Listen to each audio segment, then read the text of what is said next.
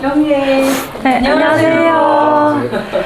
저희가 지난 시간에는 여기 이제 그 낭만주의 그 작곡가 로시니, 벨리니, 도니제티 이어서 저희가 이제 오페라의 대가라고 할 수 있는 베르디 작품이 이제 들어오게 됐는데요.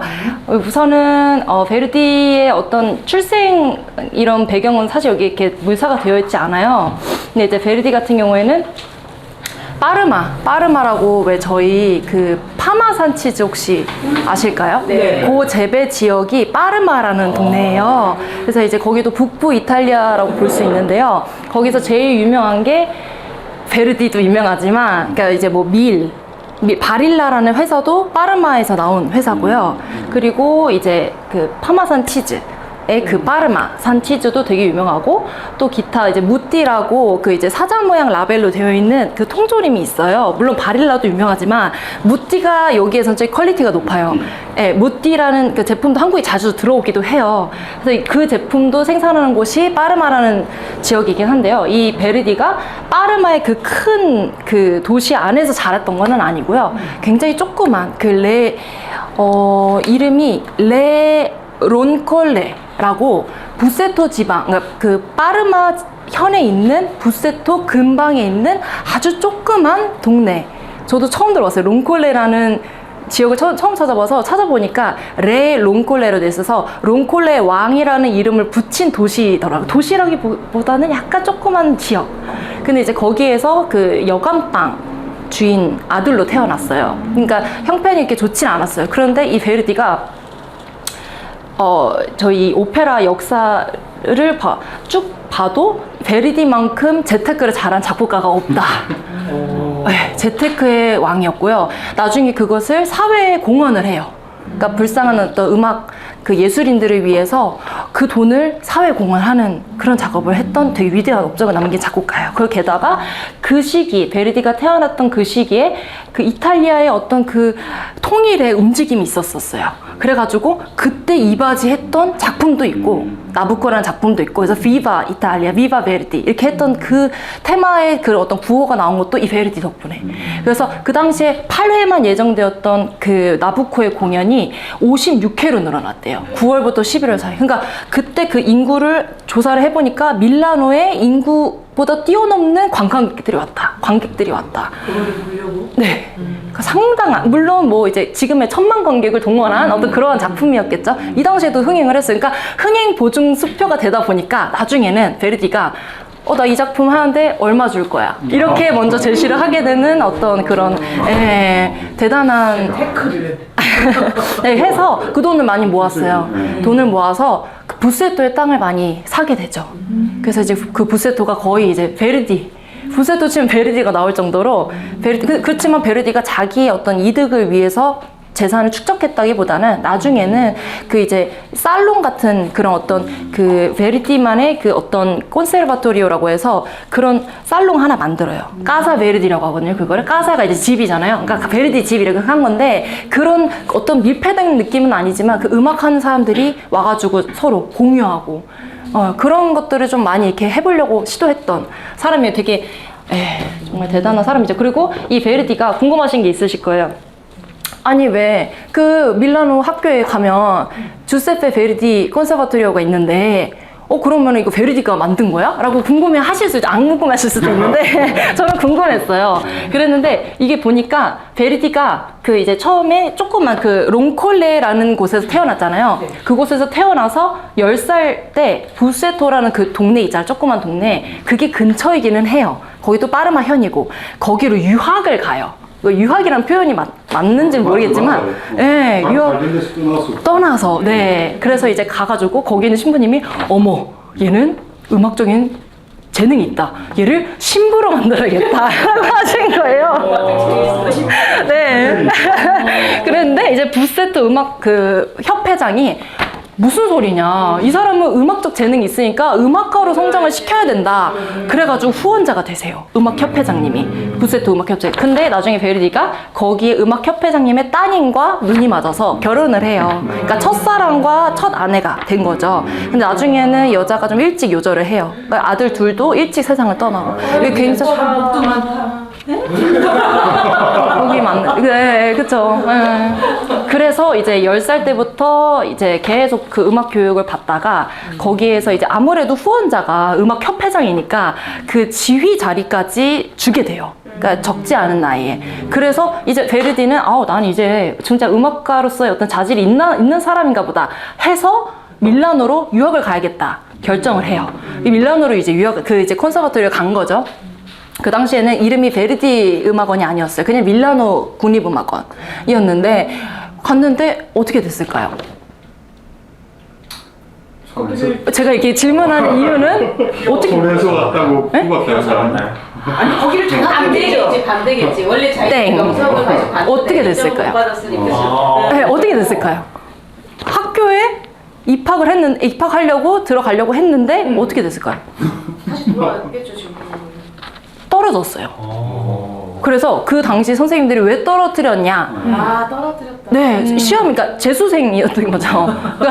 학교에 못 들어간 거예요. 근데 너무나도 아이러니한 게 밀라노 베르디 국립음악원이 됐잖아요. 근데 이분은 국립음악원 다니지 못했어요, 결국에. 너무너무 웃기죠? 저는 그래서 내가 궁금했는데 때마침 또 웃긴 어떤 이야기거리가 생겼네 하고 되게 재밌더라고요. 저도 이제 그 학교에 나왔지만 근데 이 베르디가 그리고 나서 이제 바로 스칼라 그 극장장 이제 소속 지휘자한테 배우기 시작해요, 음악 공부를. 그러면서 이제 작품 활동을 시작하게 된 거죠. 저변을 넓혀간 거죠. 네. 그러니까 되게 약간 아이러니한 건 이때 당시에 음악 그 학교 선생님들이 왜 떨어뜨렸냐. 이 사람이 나이가 좀 있고 그리고 약간 음악적인 게 너무 약간 이렇게 기초적인 게 없다. 많이 그런 게 들린다. 그래서 얼만큼 수준이 높은 학교였길래. 네. 그분들이 수준이 안 돼서 수준 높은 사람 어머. 거예요. 그런 느낌일 수도 있겠다. 네. 듣는 청력도 안 되고 문제를 바라볼 능력이 없고 결국에는 거기 졸업하지 않았지만 거기에 그렇죠. 그래서 사람들이 뭔 얘기하면 역시 사람은 잘 되고 봐야 돼. 역시 사람은 잘 돼야 이름을 남긴다. 근데 물론 베르디는 정말 이탈리아의 되게 정말 가리발디, 그 주세페 가리발디만큼 중요한 인물이에요. 왜냐면 이 문화라는 게 물론 이분의 작품 중에서도 굉장히 많은 작품들 있잖아요. 이게 노동자 그리고 뭐 리골레토에는 이제 리골레토 주인공이 광대. 그리고 뭐 라트라비아타의 주인공이 창녀. 그러니까 그런 어떤 되게 좀 하층민을 위주로 원래는 귀족 중심의 향이었던 바로크 때면은 말 다 했죠. 귀족 중심의 문화인 거잖아요. 엄청 화려하고. 근데 거기에서 이제 낭만주의 넘어갈 때 고전주의에서 낭만주의 넘어갈 때는 하층민을 바라보는 그런 작곡가였다. 그래서 굉장히 지금도 높이 평가하는 인물 중에 한 분이시겠습니다. 그래서 이제 한번 읽어보도록 하겠습니다. 궁금한 거는 그때 당시 그러면 귀족층들을 위한 음악이었는데 하층민이나 대중적인 음악을 했을 때 그것도 인기가 있었어요. 엄청 인기가 생겼죠. 대중들한테. 그렇죠. 그러니까 이제 56회 공연을 하게 됐잖아요. 3개월 사이에. 네. 그러니까 나오자마자 그 전에 있는 사실 그 전에 나왔던 오페라는 흥행을 잘 못했어요. 그때 두 번째 희극 오페라를 만들었는데, 그러니까 우리 이제 예를 들면 오페라 세리아, 오페라 부파 이 장르는 바로 그때 만들어진 거잖아요. 근데 그거는 어떻게 보면 귀족들의 어떤 기호에 맞는 성격을 가진 그런 오페라 종류인데 그래서 이분이 두 번째 만든 오페라가 희극 오페라예요. 근데 이 희극 오페라를 만들었을 때 아내분이 돌아가셨어요. 그 그러니까 아들이 먼저 죽고 둘째 아들이 죽고 그리고 이제 아내가 돌아가셨을 때 희극 오페라를 해야 되는데 웃을 수가 너무 힘이 드니까 본인이 이제 마음적으로 그래서 흥행을 잘 하지 못했어요. 그래서 나는 이제 희극 오페라를 쓸 수가 없다. 나는 이거는 내 마음 감정으로는 나는 절대 이 슬픈 오페라 그러니까 희극의 오페라를 쓸 수가 없다 하고 세 번째 만든 게 나부코가 흥행이 된 거죠. 네, 그때부터 이제 이탈리아가 독립을 하게 되고 통일을 해서 그렇게 점점 이 베르디의 위상도 높아지고 그리고 베르디가 쓰는 작품마다 다 흥행에 성공하게 되는 거죠. 이런 좀 비애가 있어요. 이분도 스토리가. 네, 처음부터 뭐 잘 됐다 이런 느낌보다는 안 됐던 과거가 있었고 이제 그럼에도 불구하고 다시 새로운 작품을 만나게 되면서 거기서 도전을 얻어서 이렇게 좋은 훌륭한 작품들을 많이 남기게 됐죠. 거의 약간 국가처럼 연주가 되기도 해요. 이 히브리의 노예 합창곡은.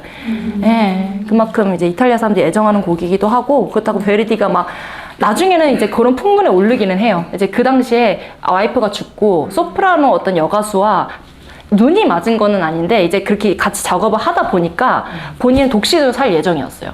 근데 이제 이 소프라노 여자가 그 사생아라고 해야 될까요? 그러니까 결혼하지 못한 재출생된 아이들이 참 많았어요. 그러니까 그 당시에는 약간 보수적인 이 롱콜라라는 지역에서는 반대를 할 수밖에 없었죠. 저 여자랑 결혼하면 너는 너가 여태껏 쌓았던 커리어는 굉장히 멸시받고 무시당할 거야. 그랬는데 이제 부모님들도 돌아가실 때까지 반대하셨어요. 근데 결국에는 이제 파리로 도망가고, 도망이라는 게 맞는지 모르겠는데 어쨌든 그 시선이 있으니까 그렇게 하다가 다시 들어와서 작품 쓰고 그런 식으로 살았죠. 나중에 말년에는. 이 베르디가 주세페 베르디. 네. 출생 시기가 언제입니까? 출생. 여기 지금 나오는 건 1813년으로 되어 있는데 저기 17세기라고 되어 있어서. 그러니까 벨칸토 양식이 이탈리아 중심으로 발달됐고요. 거의 뭐 20세기까지 산 그렇죠. 1901년에 죽은 거예요. 맞아요. 맞아요. 그래서 벨칸토 양식을 그대로 계승을 해서 이제 이탈리아만의 그런 어떤 노래와 가창 문화를 발달해 오게 된 거죠. 베르디가. 근데 이제 참 베르디가 태어난 시기가 굉장히 과도기적인 성격이었었기 때문에 이탈리아 입장에서는 그랬는데도 불구하고 베르디가 결국에는 그런 같이 문화를 융합하고자 만든 그런 거에 맞게 잘 갔고, 그 뒤에 후대에 있던 작곡가들도 잘 계승해서 좋은 작품을 탄생을 시켰죠. 그래서 한번 일단 읽어볼까요, 베르디? 오래 살았습니다. 87 정도까지 살았습니다. 이 당시는 굉장히 자, 베르디 읽겠습니다. 17세기부터 이탈리아를 중심으로 발달해 오던 벨칸토 양식은 베르디라는 대가를 만나 화려하게 꽃을 피우게 됩니다. 베르디는 철저한 민족주의자로 평생을 이탈리아 고유의 민족 오페라 양식의 개발을 주력하였으며 가장 이탈리아적인 오페라들을 28편이나 작곡하였다. 그의 내용은 인간 사회에서 벌어지는 진지한 멜로 드라마이며 음악은 당시 유럽에서 한참 번져가던 새로운 낭만 리듬과 단순하고 표현력이 강한 새로운 낭만주의 기법과는 달리 보수적이고 또 순박하지만 동시에 매우 감각적이다.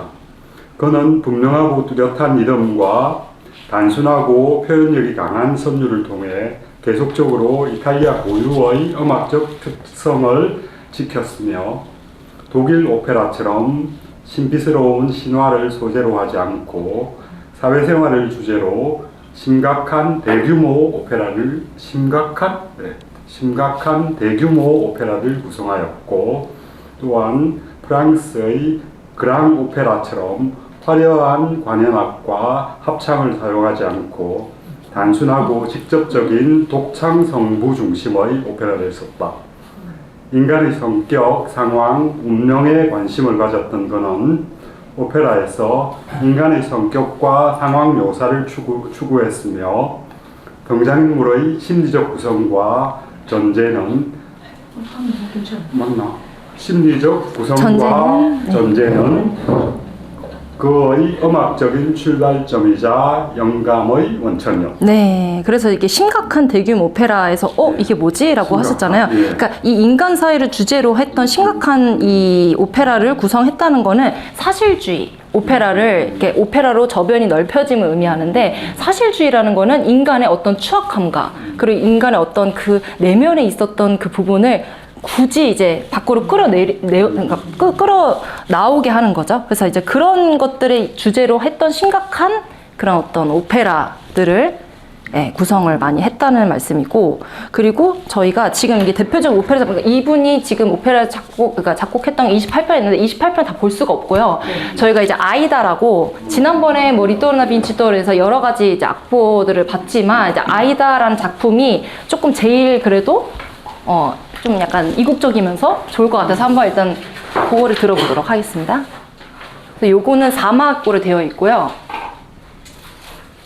그리고 저희가 이거는 독창곡도 들어봤고 합창곡도 들어봤었잖아요. 지금 들을 거는 독창곡이기는 한데 여태껏 저희가 아이다 한 거 들었고, 그리고 이제 그 라다메스가 전쟁에서 승리해가지고 돌아왔을 때 그 합창곡, 되게 유명한 이제 승리 행진곡 같은 합창곡 들었고, 이 지금 하는 거는 그 이제 이집트 장군인 그 라다메스가 승리를 하고 와서 청아한 아이다라는 그 제목으로 아이다에게 그 사랑을 표현하는 노래 독창곡을 지금 들을 건데요. 아이다 대충 내용은 아시죠? 모르죠. 아, 모르세요? 대충 내용을 말씀을 드리면, 그러니까 에티오피아, 이집트가 전쟁이 났어요. 근데 이집트가 이겼죠. 그리고 나서 요 이제 배경이 이제 그 에티오피아가 또 반란을 계획을 해요. 근데 그 전에 이미 포로로 아이다라고 에티오피아 공주가 잡혀가요. 그래서 암네리스라는 이집트 공주의 하녀로 들어가게 돼요. 근데 그 사이에 라다메스라고 이집트 장군, 나중에 총사령관이 되는데 그 사람이 나중에 그 아이다를 사랑하게 되면서 암네리스가 저 장군은 나중에 또 전쟁에서 승리하면 내 남자가 돼야 되는데 그것 때문에 질투를 하게 돼요. 그렇게 되면서 이제 아이다는 이런 어떤 암네리스의 질투를 당연히 모르죠. 왜냐면 지금 당장 나라가 막 망하게 생겼으니까. 그러고 나서 나중에 또 그 에티오피아 반란을 일으키는데 이집트가 이겨요. 근데 이제 라다메스가 그러죠. 내가 이거 승리를 하면은 내가 아이다랑 그러니까 결혼할 수 있게 허락을 해주십시오라는 조건을 걸고 싶었던 거예요. 근데 그건 라다메스 생각이잖아요. 당연히 안 되겠죠. 이집트 왕이 그래, 포로랑 결혼하라, 뭐 이렇게 안 하시겠죠, 당연히. 근데 본인은 그런 마음이었어요. 그랬는데 전쟁에서 승리를 했어요. 근데 거기 포로로 딱 들어오는데 그 에티오피아 공주인 아이다의 아버지가 들어와요. 근데 이집트 왕은 이 사람이 에티오피아 왕인지 모르는 거예요. 그게 반란군인 줄 알았던 거예요. 그래서 목숨은 부지를 해요.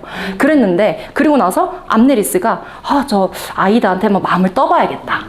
쟤는 좋아하는지 봐야겠다. 그래가지고 아이다한테 가가지고 야, 라다메스 죽었대. 그랬는데 내 사랑하는 라다메스가 죽다니. 나는 나라도 잃고 사랑하는 사람도 잃고 이제 그러면서 암네리스의 열이 이제 나기 시작해요. 쟤 가만히 안 둬. 가만히 안 둬. 그러면서 이제 어디까지? 네. 그리고 이제 포로가 된 이제 왕이 와가지고 아이다한테 야, 우리가 다시 한번 이집트가 쳐들어온다고 하니까 그 군사 작전을 네가 좀 라다메스한테 물어봐. 라다메스한테 내가 왜 물어보냐? 나 사랑하는 사람인데 라다메스는 너랑 이어질 수가 없다. 그 사람은 그렇게 할 수가 없는 상황일 수밖에 없는 게 그 공주가 그 사람이랑 이미 결혼을 할 예정이 있다. 그러면서 아이다는 슬픔에 잠겨요. 그러는 와중에 라다메스가 들어와요. 들어오는데 나는 당신이랑 함께 할 수 없어요. 나는 에티오피아를 같이 당신과 갈 수 없어요. 하면서 마음을 내려놓는 말을 하는데 라다메스가 불어요. 우리 이렇게 해서 이렇게 할 생각이었는데 왜? 하면서 물어보지 않은 군사적 막 풀기 시작해요. 그리고 그게 우리의 작전이었어. 우리의 전략이었어. 이랬는데 그걸 뒤에서 들은 암네리스 공주가 들어와서 저거 반역자다. 둘이를 체포하고 저 뒤에 숨어있는 저 노인을 체포하라. 근데 이제 아이다랑 그 장인은 아니지만 그 에티오피아 왕이 막 불이 났게 도망갈 수 있게 라다메스가 몸으로만 맞서 싸워요. 그래서 라다메스가 체포가 돼요. 그러면서 이 공주가 기회를 주는 거예요. 너 아이다를 포기하면 내가 너 살릴 수 있는 기회를 줄게. 그런데 라다메스가 절대 그렇게 할 수 없다. 그러면서 종신형에 처해져요. 이제 그 추운 그 굴 속이라고 할까요? 그런 동굴 속에서 산채로 묻어지는 처형, 그러니까 그런 종신형을 당하게 돼요. 그러면서 이제 나중에 아이다가 그 굴에서 발견이 돼요. 라다메스가 아이다 목소리 들리니까 이게 무슨 소리지? 했는데 아이다 목소리예요. 그래서 아이다는 거기서 싸늘한 시체가 되면서 죽음으로 끝나는 그런 오페라입니다. 마지막은 좀 슬프죠? 동굴에 어떻게 들어가? 그걸 얘기를 들은 거죠. 이렇게 처벌을 할 것이다. 그래서 그거를 듣고 나서 바로 그쪽으로 숨어 있었던 거죠. 아버지는 어디 갔는지 몰라요. 둘이는 도망갔으니까. 반역자라고 찍혔을 때 당시에는 둘이 도망갔으니까 아버지는 어디 갔는지 몰라요. 근데 아이다는 이렇게 종신형이 될 것이다 라는 거를 판결을 듣고 그쪽으로 몰래 가서 숨은 거죠. 그러면서 많이 슬픈. 그래서 일단 저희 한번 노래를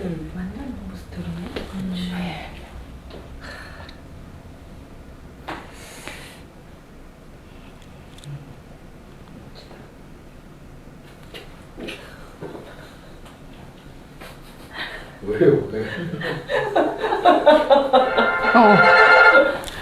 네. 네, 좋습니다. 그리고 저희 푸치니 마저 보도록 하겠습니다.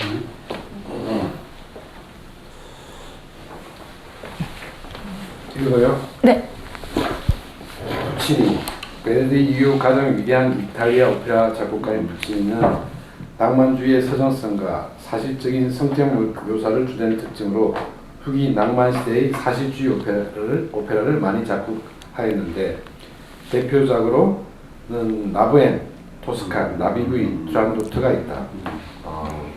그는 슬피면서도 아름다운 선율 그리고 박자의 변화가 굉장히 심한 이를 명확하게 적어놓고 비슷한 선율이 계속 변화하는 동양적인 작품에서는 그 분위기를 과인하게서 잘 나타내었다. 그리고 사악가가 가지고 있는 능력을 최대한 발휘할 수 있도록 작곡하였다. 네.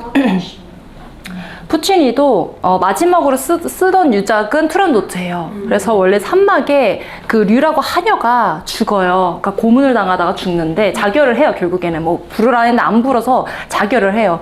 그리고 나서 푸치니도 그때 암을 좀 늦게 발견하는 바람에 후두암으로 치료를 받다가 심장마비로 죽어요.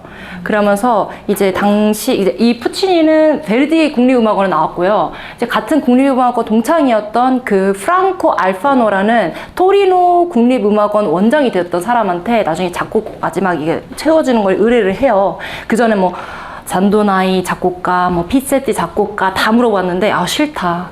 너무 부담스럽다. 그냥 난 싫다. 안 하겠다. 했는데 나중에는 그 동창인 토리노 음악원장이 마지막을 이제 작곡을 하게 되는데 그 당시에는 약간 납득이 안 갔어요. 저 사람이 한 거 약간 생뚱맞은데? 해가지고 처음에 그 이제 토스카니니라는 지휘자가 한 명 있었는데 그 이제 처음에도 원래는 계속 푸치니 곡을 전두 지휘했던 지휘자였어요. 전임 지휘자였는데 그분이 이거는 너무 푸치니 스타일이 아닌데? 그래가지고 산막의 류가 자결하면서 그냥 여기까지가 마이스트로가 쓴 곳이다 얘기를 하고 끝내버려요. 초연할 때. 근데 나중에는 다 연주를 해요. 네. 지금 이제 저희가 요거 저기 투란도트 할 때는 마지막 곡까지 다 연주를 하거든요. 왜냐면 그 스토리가 있으니까 끊어질 수는 없으니까. 근데 이제 아무튼 푸치니는 그런 유작이 있고요. 그리고 여기도 이제 사실주의 오페라가 나오는데 그게 이제 그 초기에 우리 사실주의의 어떤 기반을 넓혀준 게 베르디라고 했잖아요. 그 이제 왜냐하면 이제 노동자 뭐 어떤 하층민 계열의 사람을 주인공으로 세우는. 근데 여기 마찬가지로 푸치니도 뭐 예를 들면 라보엠 같은 경우에는 4명의 가난한 예술가들이 주인공이고요. 그리고 토스카 같은 경우에는 정치범이 주인공. 요 당시에는 그 나폴레옹 쪽 찬성파, 반대파 요런 거를 가지고 되어 있는 테마여가지고 여기도 이제 주인공은 정치범. 그리고 나비 부인 같은 경우에도 그걸 뭐라고 하죠? 게이샤라고. 그 당시에는 조금 어쨌든 그렇죠. 다루기 조금 어려운 주제였는데 푸치니가 이 곡을 작곡하면서 일본에 대한 인식이 달라지게 돼요. 그래서 우리가 되게 문화의 긍정적인 평가 중에 하나의 그 예시가 나비 부인이에요. 왜냐하면 그 게이샤였던 초초상은 나비라는 그 예명을 가진 초초라는 게 나비라는 예명. 근데 그 게이샤가 자기가 끝까지 그 미국 해군 장교를 기다리잖아요. 그 어떤 사랑, 그 지조 있는 사랑을 대해서 표현을 하게 되면서 일본이 굉장히 그냥 이렇게 쉽게 막 사람 만나고 뭐 이런 그런 문화가 아니구나 이렇게 된 거예요. 이게 어찌 보면 픽션인데도 불구하고 어찌 보면 좋은 어떤 문화적 영향이 된 거죠. 푸치니 덕분에. 그리고 이제 그거를 이어서 이제 투란도트 작품을 받은 건데 투란도트도 사실 이 사람도 잘 몰라요. 이탈리아 사람이니까 동양 오리엔탈적인 게 굉장히 흥미로운 주제면서 잘 모르니까 이름 설정할 때도 칼라프, 뭐 투란도트 사실 중국에 있는 이름은 아니잖아요. 그리고 뭐 칭칭총도 사실 그런 그런 말 중에 하나인데 그거를 핑팽퐁 해가지고 그런 어떤 그런 지식은 없었어요 이분이. 그렇지만 이것도 나중에는 흥행이 되죠. 중국의 어떤 오리엔탈적인 그 모리아 선율이 나오면서 마치 라이트 모티브처럼 저희 그 바그너에서 라이트 모티브 딱 그 어떤 테마가 나올 때 흐르는 주선율 있잖아요. 그런 것들을 딱 하면서 이게 중국 음악이구나. 뭐 중국 음악은 아닌데 약간 클래식한 좀 약간 기품 있는 중국 음악으로 여겨지게 된 거예요. 그래서 이게 사실주의 오페라가 장점이 아닐까. 예, 어떤 동양적인 게 그저 먼 나라의 이야기, 우리가 그냥 환상으로만 꿈꾸는 나라 이런 느낌이 아니고 이런 문화가 있는 다른 어떤 나라의 어떤 모습이구나. 예, 물론 그거는 정확한 정보는 아닐지언정 그래도 조금 우호적이게 되지 않았나 이런 분들의 작품 덕분에. 그래서 일단 저희가 18세기, 19세기에 서양인들은 일본에 대해서 굉장히 평이 좋습니다. 일본 문화에 대해서. 근데 이제 미군에서 그러니까 미국 해군 장교가 들어서 게이샤 그런 문화가 약간 있었다고는 해요. 사실 이거는 사실 기반으로 그렇죠. 네 만든 건데 그런 건데 전체적으로 보면 그러니까 일본 문화가 넘어가서 서양의 문화에 영향을 좀 많이 끼치기도 했고 그리고 굉장히 일본에 대해서 서양인들이 좋은 그걸 갖고 있었어요. 가서 뭐 일본을 방문하는 사람들도 굉장히 많았었고 또 화가나 이런 사람들 고은가 거기 꼭 가보고 싶다라는 생각을 가질 정도로 일본에 대한 이미지가 서양인들에게는 굉장히 어떤 경우에는 거기는 가면 다 황금으로 차 있는 곳, 황금이 그냥 뭐 다 이렇게 모든 것들을 다 황금으로 만들어 놓은 곳 정도로 생각을 했어요. 그러니까 그게 문화가 어떤 의미에서는 굉장히 잘 정제되어 있고 발전되어 있는 지역으로 일본에 대한 이미지들이 있어서 예술하는 사람들 이런 사람들은 아마 그런 그 분위기를 공유를 했을 가능성이. 그러니까 외국 문물을 되게 잘 받아들인 것 같아요, 일본은. 그래서 그 당시에 18세기만 해도 좀 종교적 핍박이 있었잖아요. 그래서 그 어떤 150개의 섬에 그 교회들이나 이런 그 성당들 기도하는데 그런 데를 지어놨는데 나중에는 핍박받고 배교하게 하고 일본 내에서는. 그래서 이 나비 부인 안에서도 그런 부분이 나와요. 너가 우리 이 조상들을 모시는 걸 너가 배신을 해? 넌 잘 되지 않을 거야. 하면서 저주를 한단 말이야, 삼촌이. 네, 그래서 나비부인이랑 이제 핑커톤이라는 그 해군 장교가 결혼을 할 때, 진짜 그런가? 하고 다들 싹 나가요. 가족 관계자분들이, 얘가 지금 크리스찬이 됐어? 괘씸하네? 하고 다 나가버려. 그러니까 단둘이 결혼식 올리거든요. 그러니까 이런 것도 약간 살짝 녹아있기는 해요. 근데 그 당시에는 굉장히 좀 처절했다. 150개의 섬에 이게 순례도 많이 다니시잖아요. 그거 보면은 굉장히 그쪽도 문화를 좀 많이 받아들이려고 노력했으나 그 내부적으로는 좀 많이 그 서양 문화를 받아들인 거에 대해서 되게 많이 배척을 했다. 그래서 좀 그런 약간 양면성이 좀 슬픈 것 같아요. 마치 우리나라도 좀 흥선대원군이 세국정치에서 약간의 그런 게 있었지만 그래도 문화가 부딪히면 충돌을 하죠. 충돌을 하는데 충돌한다는 게 그 자체적인 문화가 역시 힘이 세잖아요. 근데 충돌을 하고 나면 그 충돌한 문화권력은 훨씬 더 풍부해집니다. 그리고 우리가 보면 서양이 지금 18세기 이렇게 넘어서면서 확장을 하잖아요. 그 확장을 해서 서양이 힘을 키웠고, 물론 무역, 뭐 총기 먼저 발견하고, 이런 화약, 뭐 이런 것들 뿐만 아니라 문화적, 사상적으로 굉장히 발전을 하는데 그 영향이 그게 한 문화 안에만 있으면 그게 안 되거든요. 동양, 인도 이런 문화들이 유럽에 그냥 유입이 됐습니다. 영향을 미치면서 뭐 유럽 사람들은 그걸 아래로 보죠. 자기 아래로 보긴 하지만 실제로 그 문화에는 굉장한 그 활력을 주기도 하고요. 그 힘으로 서양 유럽이 문화의 강대국이 됩니다. 자체 힘이 아니고. 서로 너무 좋네요. 결론은 참 서로 좋다. 그래서 저희가 지금 일단은 나비부인 한번 들어보도록 하겠습니다.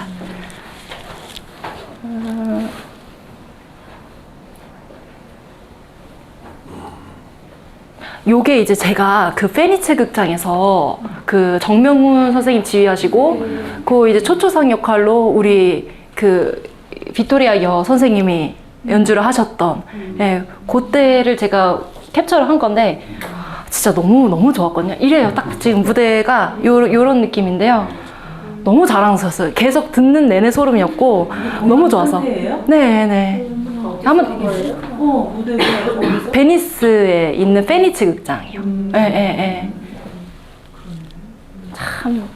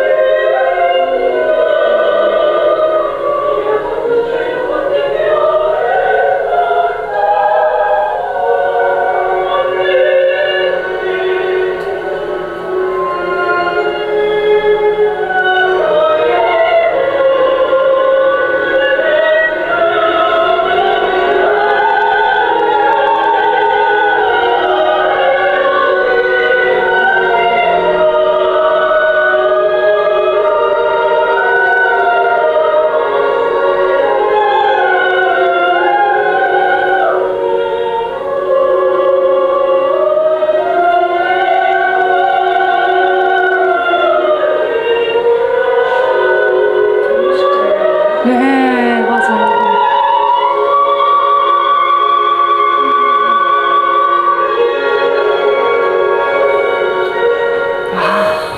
네. 그래서 너무 좋죠. 정말 독특하다. 네, 그쵸. 여기에서 많이 변하지 않아요. 네, 조그만 소품 조금 둘 뿐이지 전체적으로 네, 현대식으로 네, 맞아요. 현대식보다 더하다 초현실주의가. 아, 꿈속. 네, 내용은 어쨌든 무대가 힘든데 뭐. 아니 무대 자체. 내용은 어쨌든 요 초초상이 지금 15살로 설정은 되어 있어요. 어쩔 수 없어요. 이거를 소화하려면 15살은 못 불러. 네, 요 애환을 표현하려면 30살 되셔야 돼. 못해. 그래서 이 15살인 초초상이 아버지가 할복자사라 하세요. 이게 일본 사람이겠죠. 근데 그 아버지가 부자셨어요. 그 부잣집의 딸이었었는데 아버지가 이제 황제의 그 전쟁이 반대를 하세요. 그러니까 황실의 어떤 그런 거에 도전하게 된다고 생각했겠죠. 그래서 그 황제가 자결을 해라. 단도를 주면서. 그래서 할복자사를 해요. 그러면서 이제 가세가 기우게 돼요. 그러면서 게이샤가 되는데, 이제 그때 당시 그 상황으로서는 이 게이샤가 됐던 사람들은 대부분 그 뭐 해군 장교 이런 미국인들이 이렇게 오면은 자기네들은 결혼했다고 생각하는데 그거는 아니고 약간 이렇게 그런 안 좋은 좀 그런 풍문이 있었어요. 그 당시에도 실제로 그랬는데 이 나비 부인은 핑커톤에 대한 사랑을 확신을 했어요. 아니다. 이 사람은 날 배신하고 돌아오지 않을 거야. 그랬는데 좀 그런 것도 아쉬운 게 1막에서는 이렇게 결혼을 하는데 2막으로 넘어갈 때는 3년이라는 시간이 확 지나가 버려. 그러니까 핑커톤은 미국으로 간 거예요. 일이 끝났기 때문에. 근데 핑커톤이 3년 정도면은 나비 부인 초초상도 새 가정을 꾸리지 않았을까. 물론 3년 동안의 시간 동안 이제 중매사가 와가지고 뭐 부잣집이 있다 하면서 소개를 시켜주려고 해요. 근데 아니 난 결혼한 사람인데 왜 그러냐. 그런 불명예스러운 말 하지 마라. 그래서 그럼 만약에 핑커톤이 안 돌아오면 어떻게 할 거냐. 그러면은 난 다시 게이샤가 되겠지. 이런 얘기가 있어요. 그러다가 2막이 딱 됐는데 그 3년의 시간이 흘렀는데 핑커톤은 케이티라는 여자를 만나요. 그리고 그 여자랑 이제 들어오게 되는데 그 여자와 이 나비 부인과 이 핑커톤 사이에 나왔던 아들이 있는데 그 아들을 키우겠다고 데려오는 걸로 오게 돼요. 그러면서 그거를 뒤에서 듣던 나비 부인이 그렇다면 나는 내 아들이랑 같이 있을 테니까 핑커톤이 직접 나한테 와서 아들을 데려가라고 해. 그런 얘기를 해요. 물론 이제 이 핑커톤과 케이티가 온 거는 그 친구를 통해서 알게 되었고 그 친구한테서 나비 부인이 피하지 말고 나한테 와서 내 아들 데려가라고 해 라고 얘기를 한단 말이에요. 근데 그러고 나서 나비 부인이 이제 자기 아들을 데리고 막 물어요. 우리 이제 너는 엄마 없이 살아야 돼 하면서 애를 바깥으로 내보내고 거기서 자결하고 끝나요. 네. 어떻게 보면 이것도 좀 애환이 묻어나는. 그쵸. 근데 15살로 설정을 했지만 15살이 부를 수는 없는 기교적인 곡이기 때문에 그런 부분은 있다. 그래서 이런 내용이고요. 또 이제 저희가 다음번에 들을 건 투란도트. 네, 이제 그 유작이 된. 저때 15. 저 때는 15이면 결혼하고 그쵸, 맞아요. 그때면 맞다. 예. 이게 넬슨 도르마였을 것 같은데 제가 참 좋아하는 선생님이세요. 이용훈 그 테너 선생님이신데 서울대 교수님이세요. 근데 원래는 제가 알고 있었을 때만 해도 서울대 교수님 아니셨고 그 밖에서 그냥 플레이어 역할로 이렇게 계속 활동을 하셨던 분이셨는데 저는 너무 좋았던 게 이게 찬양곡으로 되게 유명해지셨거든요. 그러면서 이제 몇몇 극장은 너가 조금 너무 종교색이 있다. 우리는 너무 종교색을 지향하는 사람은 별로 원하지 않는다. 이래가지고 몇몇 극장 계약은 취소가 돼요. 근데 그냥 끝까지 마이웨이를 하세요. 난 믿음 있는 사람이다. 나는 하나님께서 주신 달란트인데 나는 내가 굳이 거기에 타협하고 싶지 않다. 그래서 본인의 길을 가셨다가 교수님이 되셨어요. 근데 어쨌든 정확하게 어떻게 돼? 이용훈 선생님. 네. 그래서 한번 들어보도록 하겠습니다. 넬슨 도르마. 어떤 장면인지 요거는 설명해 주세요. 칼라프라는 그 이제 거기도 이제 망한 왕가예요. 거기서 이제 나온 아들인데 그 아들과 이제 아버지가 이 투란도트가 살고 있는 이 왕궁의 그 나라에 들어오게 돼요. 그런데 이제 아버지를 모시던 그 하인이 그 류라는 사실 노예라고는 되어 있는데 전 노예라기보다는 그냥 이렇게 서브, 그러니까 하녀로서 역할을 했던 것 같아요. 그래서 그 나중에는 너가 왜 우리 아버지를 이렇게 안전하게 여기까지 모셨냐? 그럴 때 당신이 나한테 웃음을 줘서 자기 마음이 막 그때 떨렸다. 그래서 그 마음을 보답하고자 당신의 아버지를 이곳으로 내가 모시겠다. 마음을 먹었다. 뭐 이렇게 얘기를 해요. 근데 어쨌든 그 사람이 그랬구나 하다가 갑자기 투란도트가 등장을 해요. 투란도트가 이제 그 나라에 그 공주가 들어와요. 그러면서 그때 페르시아 왕자가 그 시험에 탈락이 되면서 단두대에서 목이 처형당하고 투란도트 딱 입장을 하는데 칼라프가 한눈에 반해요. 그래서 류한테 너의 마음은 알겠다. 근데 나는 투란도트를 좋아하는 것 같다. 투란도트의 시험을 통과해서 나는 이 왕국의 왕이 될 것이다. 막 이렇게 얘기를 해요. 그랬는데 이제 어쨌든 테스트 통과를 했으니까 그 스토리가 이어졌겠죠. 테스트는 통과를 해요. 근데 이 투란도트가 자기가 왜 테스트를 했는지에 대한 얘기를 해요. 시험을 내리기 전에 우리 할머니가 어떤 다른 나라의 왕자한테서 죽은 것을 보고 자기가 거기 분노에 차올라서 할머니의 어떤 그런 그 원한을 갚고자 남자들 막 죽이려고. 그거는 어떻게 보면은 참 타당한 이유는 아닌데 어쨌든 뭐 그랬대요. 그래서 그리고 나서 그 시험을 통과를 하고 투란도트가 아버지한테 가요. 그래서 나는 결혼 안 하고 싶다. 나는 이러려고 내가 한 게 아닌지 아는 거 알지 않냐? 난 일부러 사람 죽이려고 나는 시험을 내려고 했던 사람이다. 나는 싫다. 그러니까 이미 너가 거기에 대해서 약속을 했고 우리는 정확한 그 문서 안에서 서로 그거는 지키기로 했기 때문에 너가 결혼을 해야 된다라고 말씀하세요. 근데 이 칼라프라 왕자가 갑자기 왜 그런지 몰라요. 시험을 해요. 그러니까 투란도트한테 난 어차피 이방인이니까 너가 내 이름을 알면은 내가 무효로 할게. 그래 나 죽을게. 뭐 이래요. 그러니까 당연히 자신감에 차 있었겠죠. 내 이름은 전혀 모르겠지 싶어서. 그랬는데 모르죠. 모르기는 해요. 그래서 결국에 아버지, 그 칼라프의 아버지 어떻게 소문을 알고 이렇게 했는지 아버지 그리고 그 류라는 하녀를 고문을 해요. 고문을 해서 이 사람 이름이 뭐냐고. 그냥 나는 모르고 나는 그 사람이 누군지도 모르고 막 이런단 말이에요. 류가. 근데 그러고 나서 얘네들은 왜 저럴까? 굳이 이 한 사람을 위해서 왜 쟤는 저런 마음을 쏟지? 그러면서 그 차갑게 얼어붙은 마음이 조금 이제 얘네들은 조금 이렇게 나랑 좀 다르다. 나는 이런 사랑과 열정을 잘 모르는 사람인데 이게 사랑인가 하면서 그런 의구심이 들 때 자결을 해요. 류가. 난 죽는 거예요. 그때 푸치니도 죽음을 맞이하게 되죠. 거기까지 이제 작곡을 했다가 그러고 나서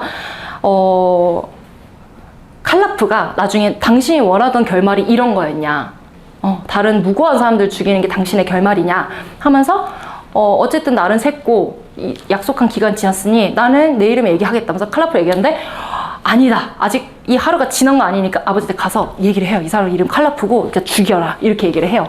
그랬는데 배신감에 있는 표정. 근데 칼라프가 이제 난 죽겠구나 하다가 투란도트가 그래요. 근데 난 이 사람이랑 결혼할 거다. 이 사람 이름 칼라프고 죽여라가 될 줄 알았는데 이 사람 이름 칼라프고 나는 이 사람을 결혼할 거다. 해피엔딩이 되는 거죠. 해피엔딩가 류가 죽으니까 뭔가 참 새드 엔딩 같은데, 예, 지금 요새 여기 이용우 교수님 부르는 이 네순 도르마 제일 유명한 곡 중에 하나잖아요. 예, 요거는 이제 야 트럼프트 너 이제 내 이름 모르지? 너 이제 잠 못 자. 내 이름 모르니까 너는 답답 분해가지고 너 잠 못 자. 이런 느낌이에요. 그래서 원래는 네순 도르마, 네수나 소노 도르미래 막 이러면서 아무도 잠들지 못한 밤이라는 게 사실 제목인데, 공주는 잠 못 이루고라고 하잖아요, 우리는. 그러니까 뭔가 조금 더 디테일한 것 같아요. 이름을 좀 디테일하게 설정을 한 것 같아요, 우리나라는. 네, 그래서 그거 한번 들어보도록 하겠습니다.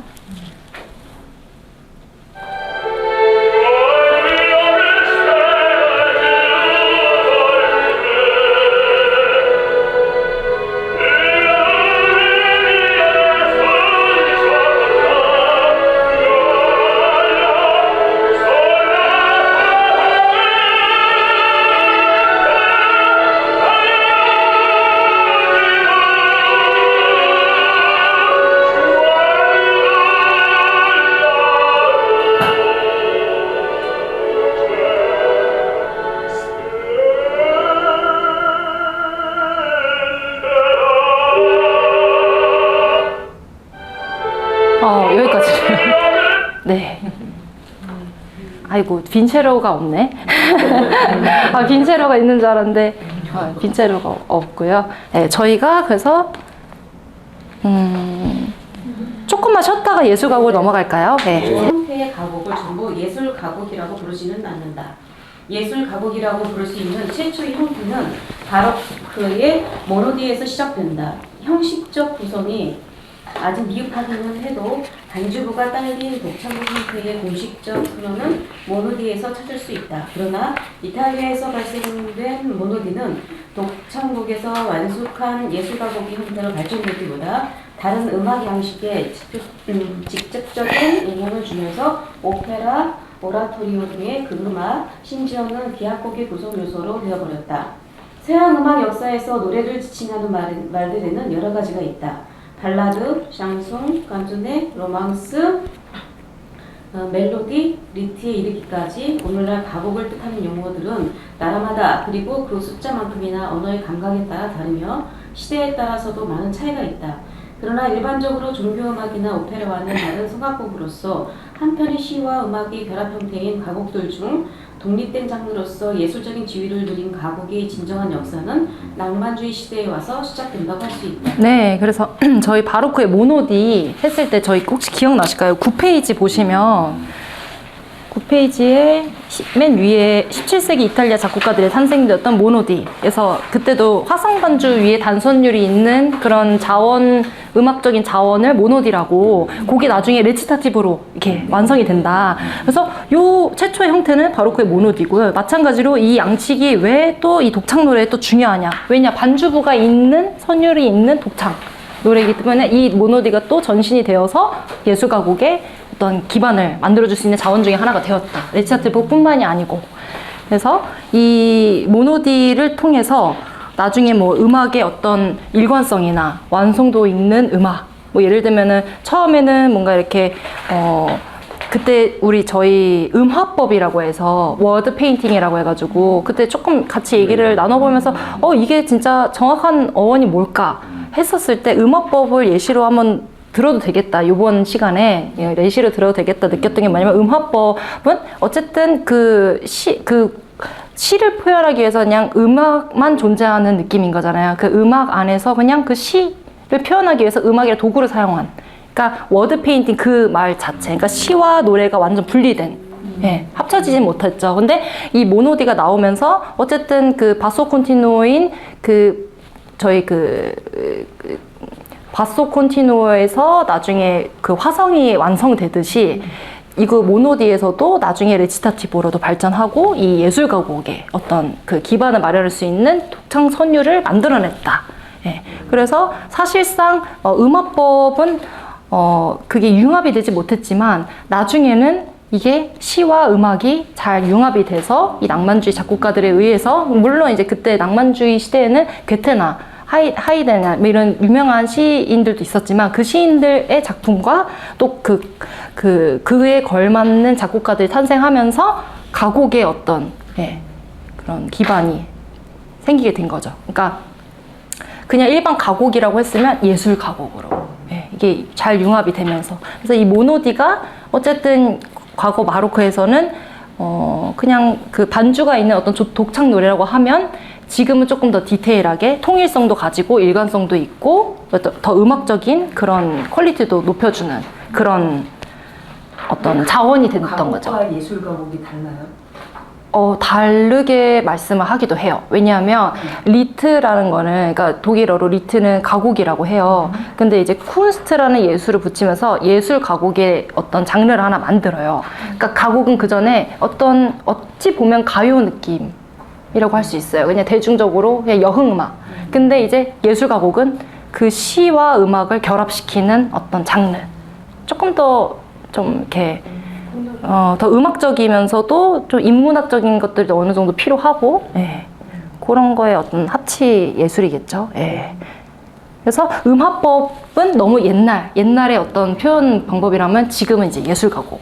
물론 근데 그것이 모노디다라고는 할 수 없지만 그 음화법 시대와는 또 다른 장르가 탄생을 했다. 그러니까 시와 노래만 있는 것이 아니라 시와 노래가 같이 합쳐져서 노래만 들어도 시가 되는 것 같은 그런 느낌까지 들 정도로 작곡가들이 이제 그거에 대한 애정을 쏟게 됐죠. 사실상 작곡가들이 관심이 없었어요.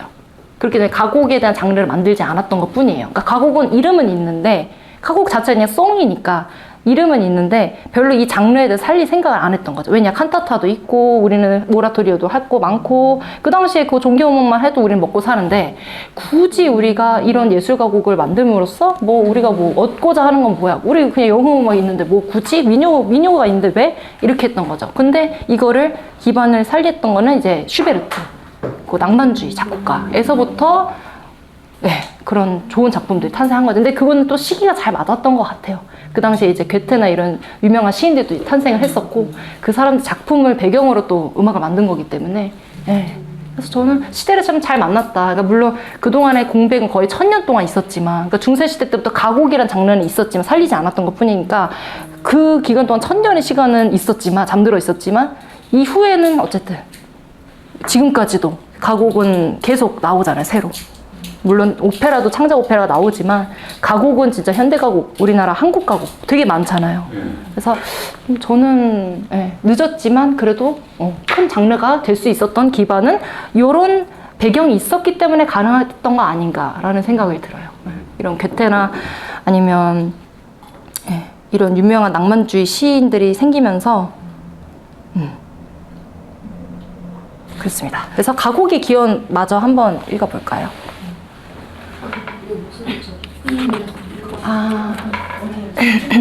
가곡의 기원. 물론 예술 가곡 이전에도 수많은 노래들이 존재해왔고 탁월한 시인들의 시가 있었다. 오늘날 음유 시인으로 불리는 싱어송라이터들의 조상은 오래전으로 거슬러 올라간다. 대개 카톨릭 수도사이면서 대학생이었던 중세시대의 음유 시인들은 직접 시를 짓고 바이올린이나 하프, 백파이프, 지터 등을 반주로 사랑의 노래나 전원시를 불렀다. 여기에 각 지방마다 구전된 민요들을 소박하고 친근한 서정으로 가곡의 발전에 기여하였다. 그러나 중세 음유 시인들로부터 19세기 낭만주의 예술가곡의 탄생에 이르는 여정은 너무나 길었으며 작곡가들은 시대가 요구하는 종교적인 노래들과 오페라나 칸타타와 같은 대규모 성악곡에 자신의 재능을 쏟느라 상대적으로 작은 가곡에는 관심을 두지 않았다. 네, 그래서 저희가 예전에 그 이탈리아 성악음악 중에서 그 사랑의 노래나 전원시를 불렀던 라우다, 뭐 프로톨라, 혹은 빌라넬라, 뭐 그때 그 염소 이슈 있었던 그런 세속 음악들, 그런 것들이 이미 요 시대에 계속 존재했었던 거죠. 근데 이제 요것이 나중에는 가곡, 예술 가곡의 기반이 생기면서 더 장르가 늘어나고 더 예술적인. 말씀하시는데 이런 게 가곡으로 불리곤 했죠. 했던 게 그때 그거. 그쵸, 마드리갈이 있었던 그 시대. 르네상스 그 시대에서. 네. 훌륭하세요, 학생. 염소 이야기하면서 연상이 되는. 그날 제가 없었어요.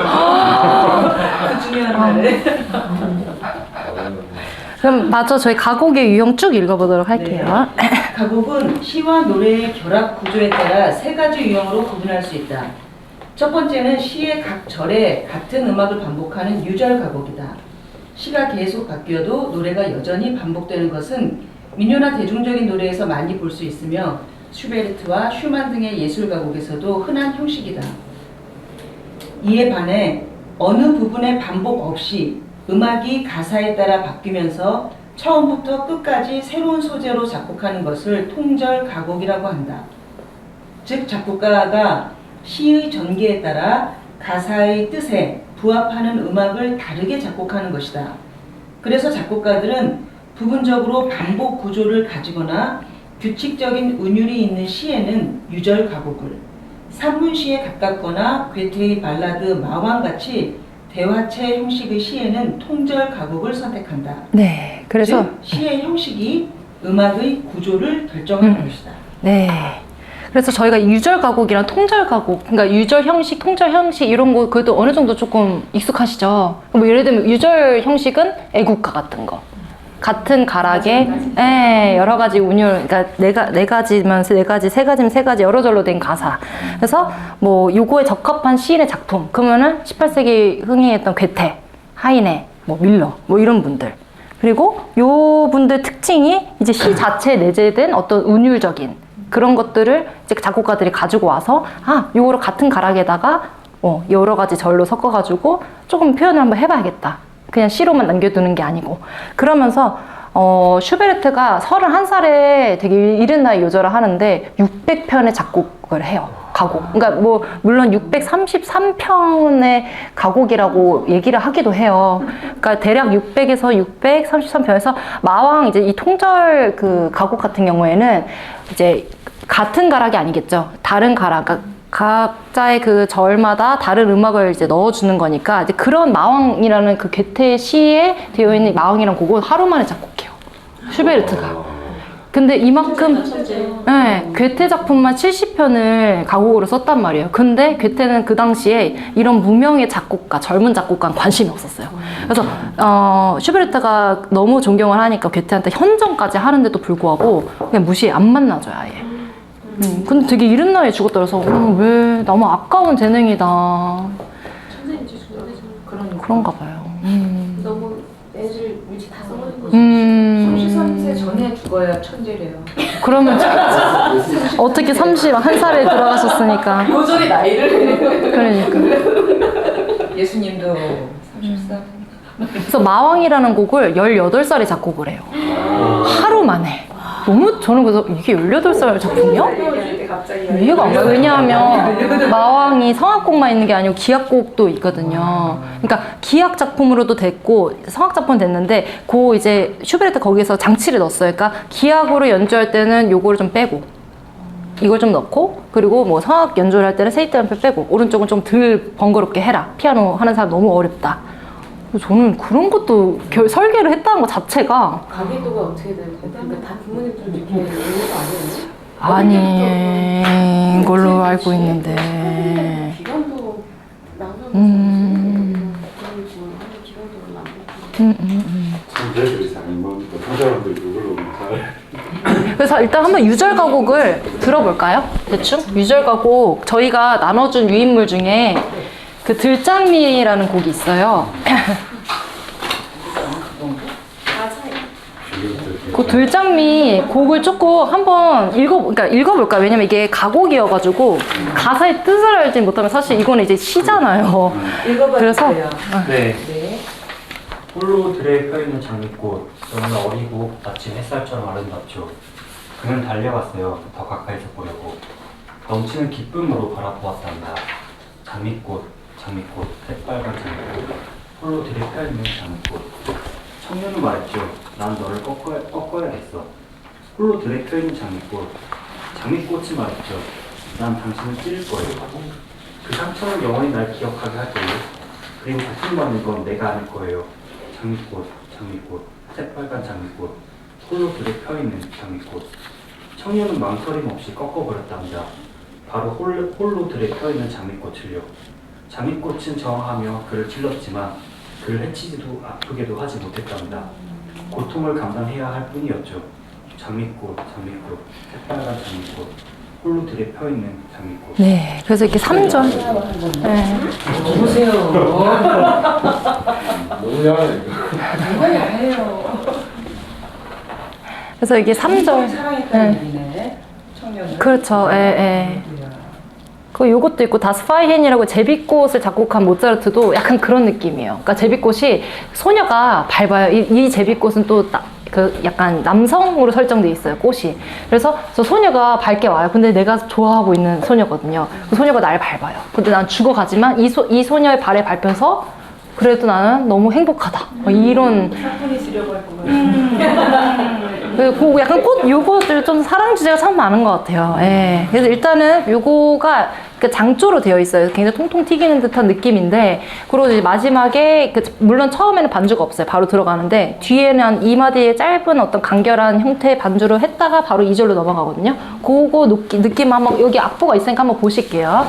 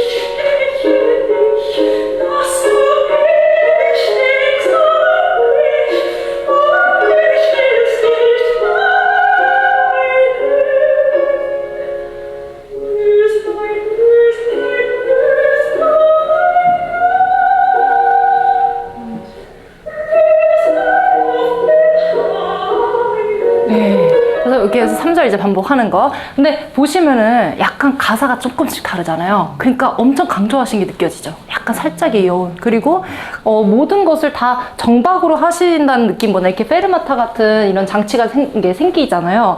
그러면서 다이내믹 하면서 이제 요런 박자 요런 것을 딱딱딱딱 이렇게 슬러로 나눠주면서 그런 느낌에서 아티큘레이션을 지켜주는 거. 그러니까 이게 예술가곡의 특징이 돼버려요.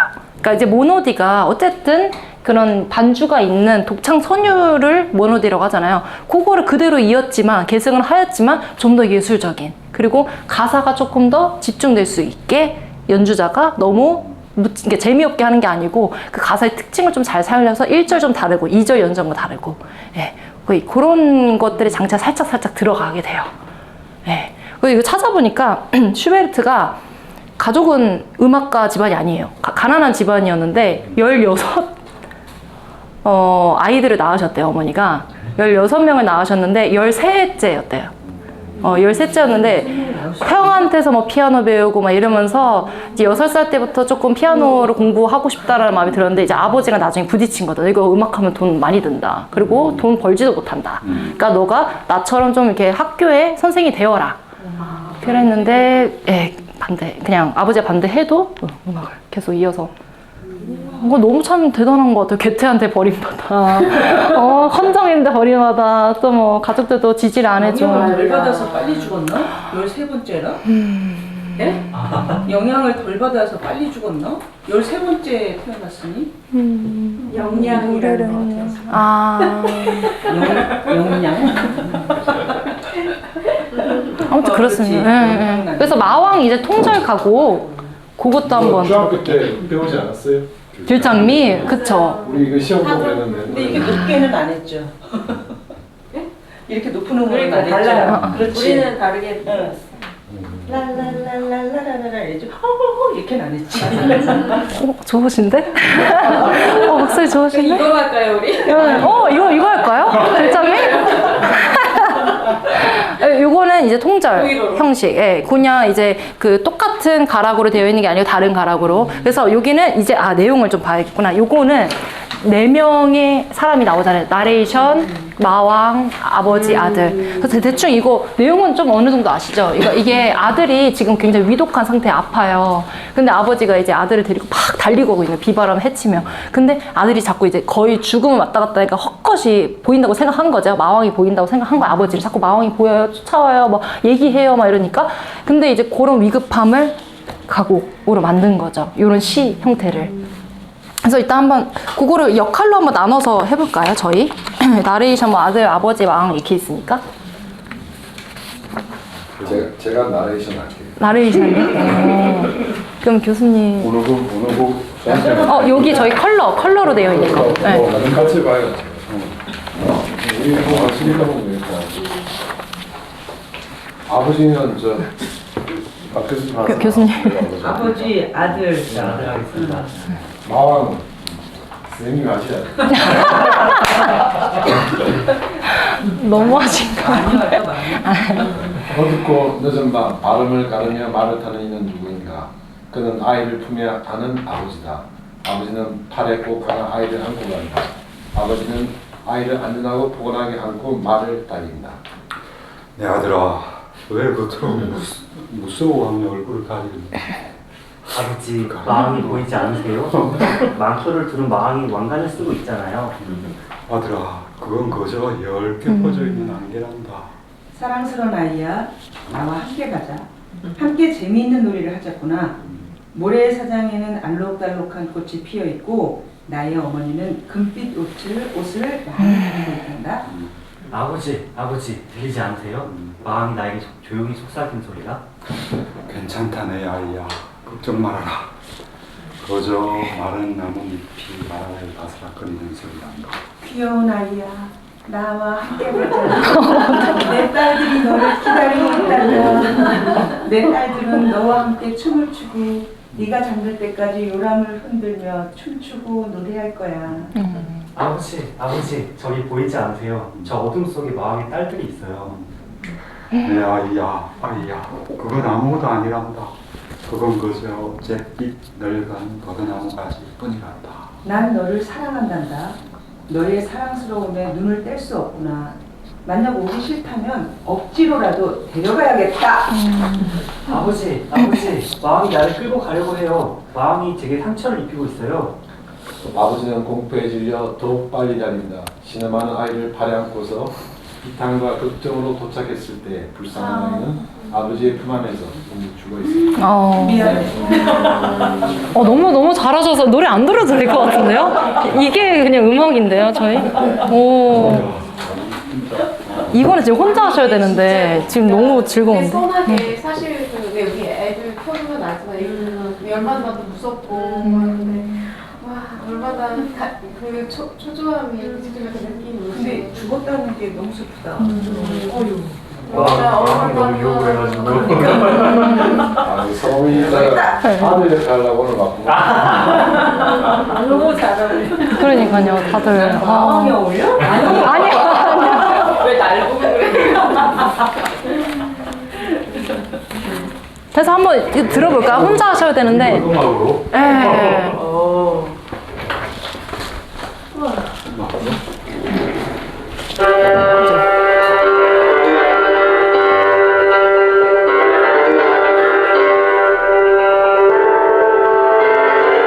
이게 피아니스트가 치고 싶지 않은 곡 중에 하나예요. 반주로 하고 싶지 않다, 더더욱. 네, 너무 힘들어서. 손이. 맞아요.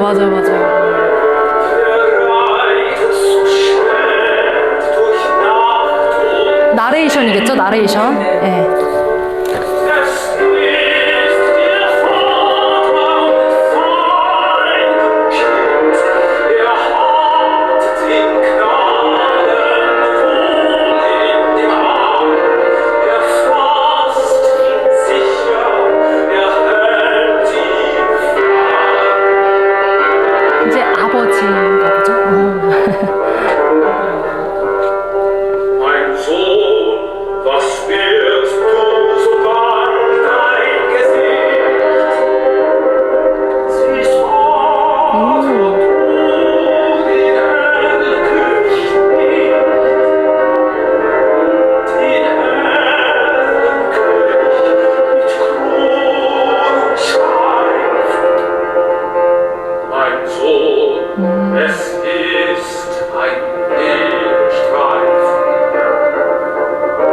마왕이네요.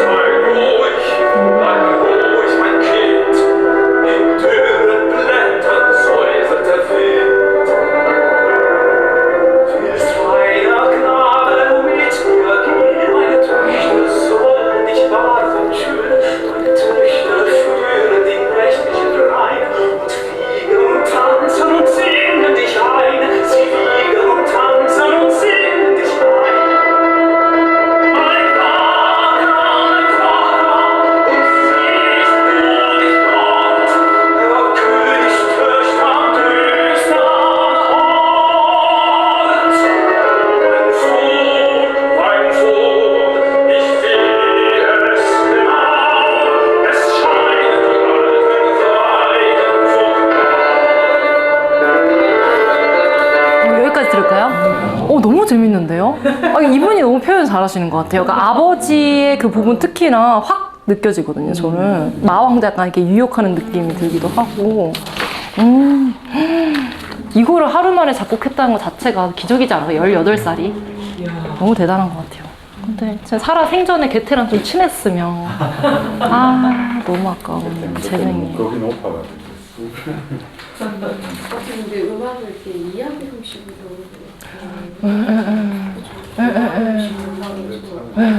근데 이걸 진짜 어떻게 외우려는지 모르겠어요. 그러니까 유절 형식이 또 아니고 뭔가 이게 공통된 나온 게 또 아니고 대사니까 거의. 이거는 뭐 피아니스트도 싫고 노래하는 사람들도 어려우니까 싫고 다 싫은. 근데 들으면 너무 좋네요. 이게 디테일한 걸 이제 알고 들으니까. 아들의 그 소리를 잘 모르겠어요.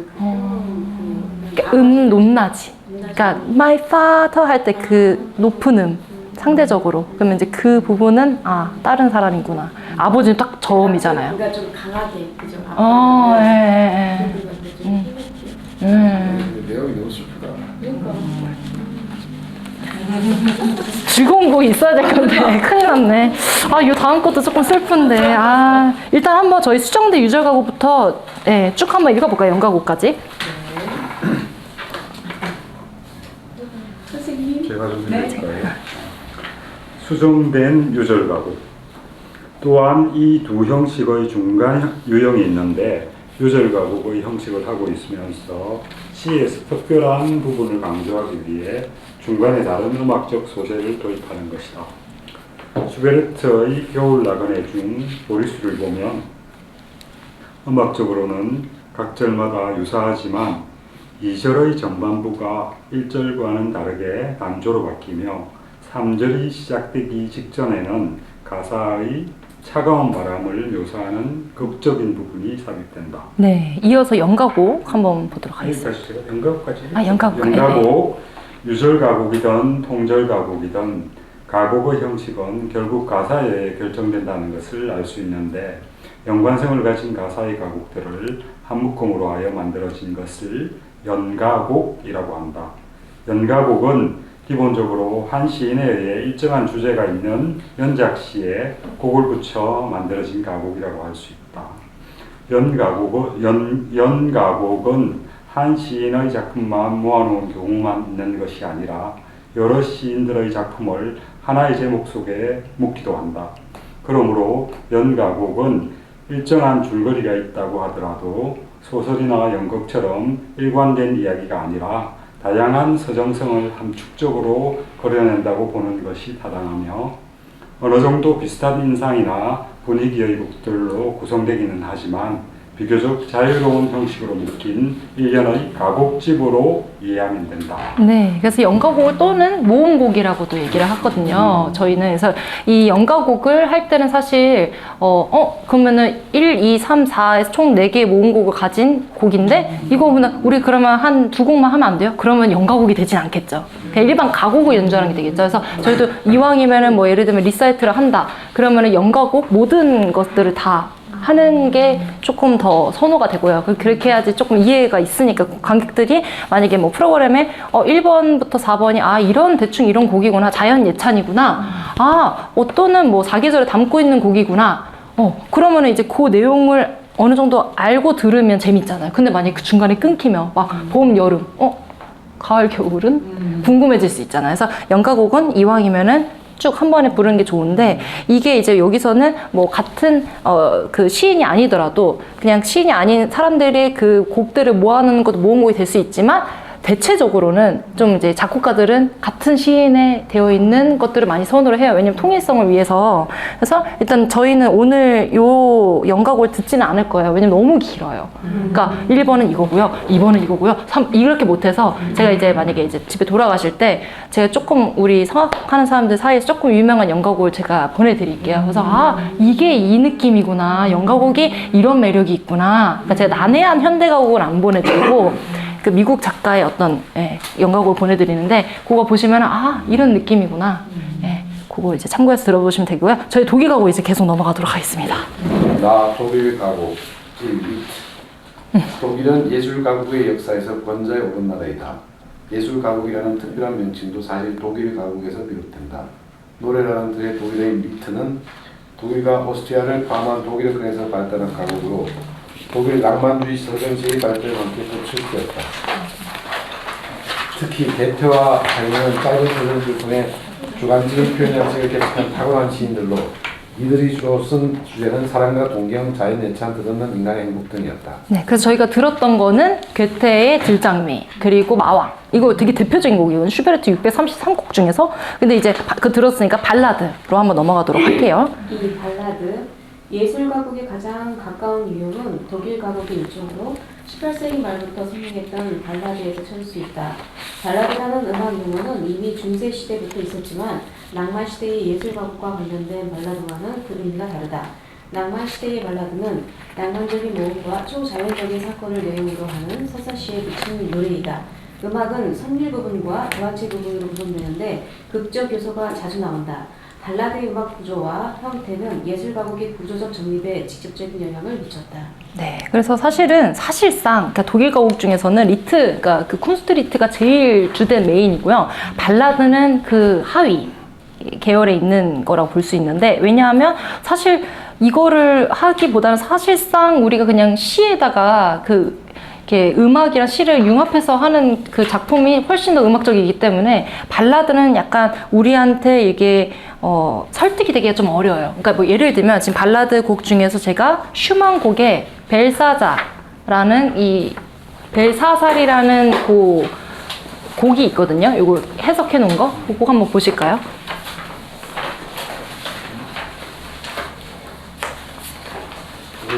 그래서 약간 조금 이렇게 내용적인 것을 조금 측면으로 다룬 곡들이다 보니까 조금 무거워요. 예술가 우리 그냥 행복한 서사시 그런 거를 붙여서 만든 음악이라기보다는 너무 약간 좀 무거운 듯한 주제. 그러니까 이거는 지금 벨사살이라고 그 다니엘서에 저희 그 느부갓네살, 그러니까 바빌론 왕의 또 아들이 이어서 벨사살이라는 왕인데 그 사람이 약간 좀 하나님을 경외하지 않고 그 권세에 도전을 하고 교만하고 그러니까 뭐 이게 흥청망청 산 거죠. 그러면서 이제 심판을 받는 그런 내용이 이제 그 성경에 나와 있긴 한데 그거를 토대로 곡을 붙여서 만든 거죠.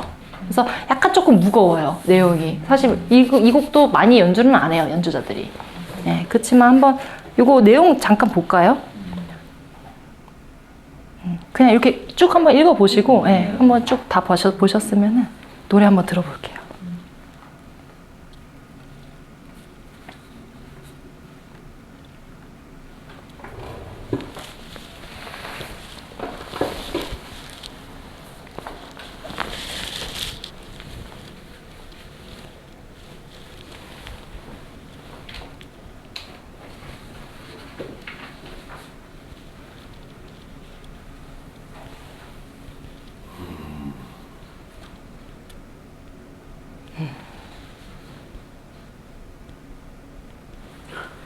이건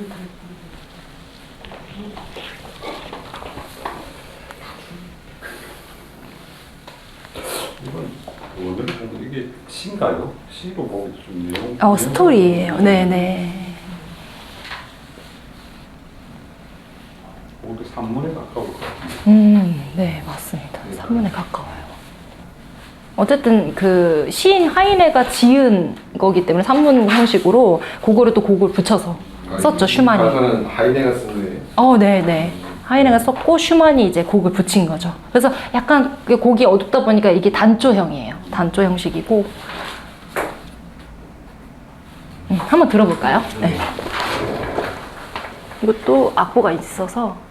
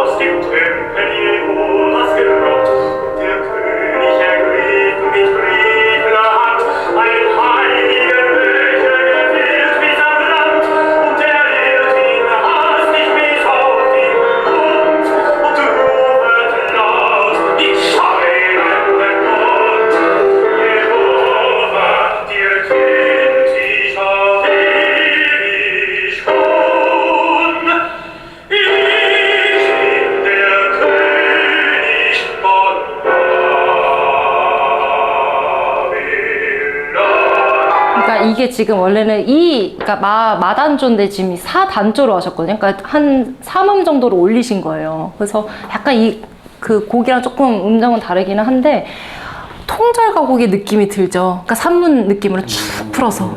그렇죠. 근데 요거는 진짜 가사 이해도가 확실하지 않으면 부르는 사람 입장에서 조금 어려울 것 같아요. 그런 어떤 느부갓네살 왕의 그런 명성과 걸맞지 않게 방탕하게 살았던 그 벨사살의 왕을 표현을 해야 되니까. 그리고 거기서 신하들이 막 그렇게 열광을 했는데 나중에 죽이잖아요, 벨사살을. 그러니까 그런 것들을 표현하기 위해서는 이거가 엄청 음악적이지 뭐든 다 분석을 하고 해야 되지 않을까, 연주를. 그러니까 약간 발라드 조금 무거운 듯해서 많이 작곡을 안 했어요, 작곡가들이. 거의 이제 리트. 그러니까 쿤스트 리트만 위주로 하고, 요거는 이제 뭐 예를 들면 낭만주의 시대 작곡가 발라드 하면 몇 작품이 나오는데 그것도 사실 되게 희소할 정도로 많이 연주되지 않고, 사실 독일이라고 하면은 그냥 리트, 이게 되게 일반적이어가지고, 아무튼 뭐 이것도 뭐 지나가는 사람들이 이거 그래서 리트 아니야? 할 수도 있어요. 근데 리트는 아니고 발라드 계열이다. 그래서 저 이어서 프랑스 가고 한번 넘어가 보도록 할게요.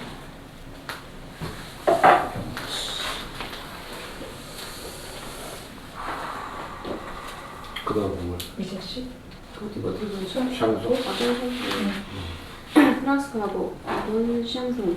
프랑스의 노래를 가리키는 대표적인 용어인 샹송은 오늘날 프랑스의 대중가요를 지칭하는 노래가가 되고 있지만, 광범위한 정의를 하자면 프랑스어에 의한 세속 노래라고 할 수 있다. 오늘날의 샹송은 영국이나 미국의 대중 노래와 별반 차이가 없는 듯 보이지만 20세기 중반까지만 해도 내용의 다양함과 이야기풍의 노래가 많다는 점에서 영미 대중음악과는 확연히 구별되었다. 샹송은 슬픈 노래와 감성적인 노래, 풍자적이며 현실적인 노래, 그리고 정치적 성향이 짙은 노래에 이르기까지 그 소재의 풍부함과 다양함을 보여준다. 이러한 성향은 이미 중세와 르네상스의 꽃을 피운 다성부 샹송 전통의 연장에서 이해할 수 있다. 15세기 후반과 16세기에 유럽 전역에서 유행한 샹송은 서민적인 분위기와 자유로운 형식, 단순한 리듬과 가벼운 선율을 특징으로 한다.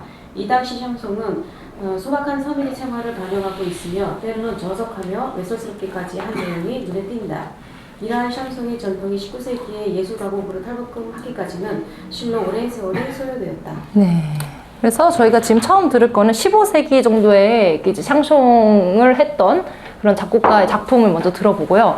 딱 들어보시면, 우리 옛날에 들었던 중세시대 음악이 똑같네? 라고 생각하실 거예요. 왜냐하면 그 10페이지 보시면 저희 그 기욤 드 마쇼라고 미사곡을 처음으로 했던 그 분의 전래음악을 들었을 때 굉장히 그 풍이에요. 그 풍이 이제 세속음악 느낌의 샹송으로도 있는 건데, 어쨌든 그때의 샹송과 이제 19세기 넘어간 그 샹송, 대중화되면서 조금 이제 영미의 그 가요와 다른 느낌의 그 음악적 장르가 굳어져 버린 샹송 한번 들어보도록 할게요. 그래서 첫 번째 들을 건 기욤 드 마쇼 샹송.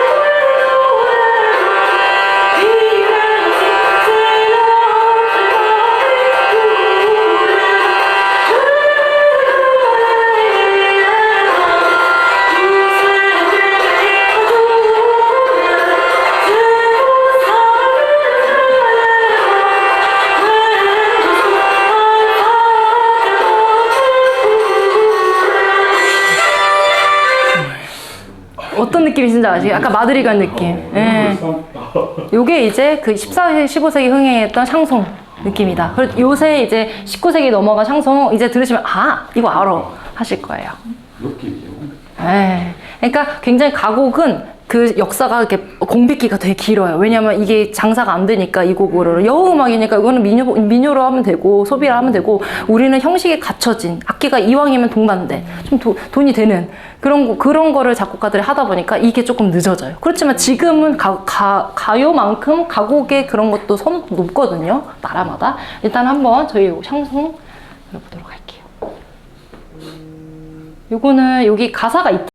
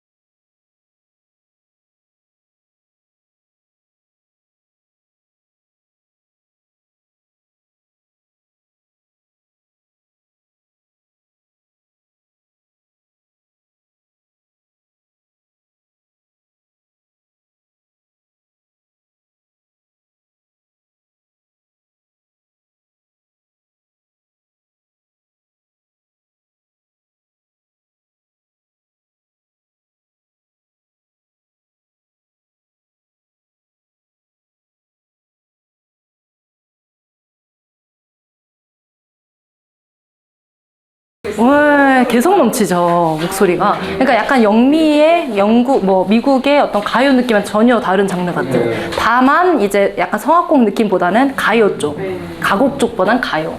하지만 저희가 이제 친숙한 이 상송 들어봤고, 이어서 멜로디, 이게 이제 가곡 장르거든요. 프랑스 가곡 멜로디에 그거 마지막으로 보고 오늘 끝내도록 하겠습니다.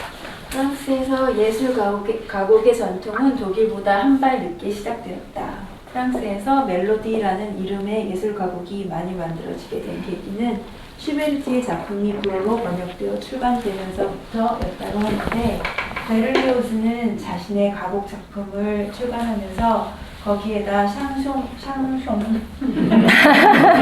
샹송이나 로망스, 멜로디 이전의 가곡을 지칭하던 라는 명칭 대신 멜로디라는 명칭을 사용했다.